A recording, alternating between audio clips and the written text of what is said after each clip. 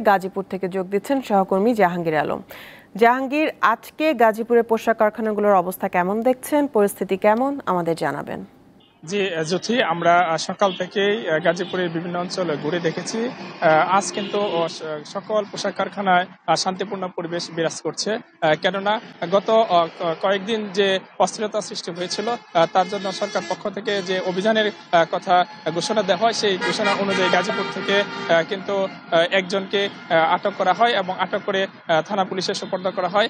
তারপর থেকে কিন্তু গত দুদিন আসলে শান্তিপূর্ণ পরিবেশ বিরাজ করছে। আমরা গাজীপুরের শফিপুর, কালিয়াকুর, এদিকে মাওনা, শ্রীপুর সহ টঙ্গী সহ আশপাশের সকল পোশাক কারখানা এবং অন্যান্য শিল্প প্রতিষ্ঠানে খোঁজ নিয়ে জেনেছি যে আজ কিন্তু গাজীপুরে কোথাও কোনো ধরনের অপ্রীতিকর ঘটনা ঘটেনি এবং শান্তিপূর্ণ পরিবেশে তারা শ্রমিকরা আসলে কারখানায় প্রবেশ করেছে।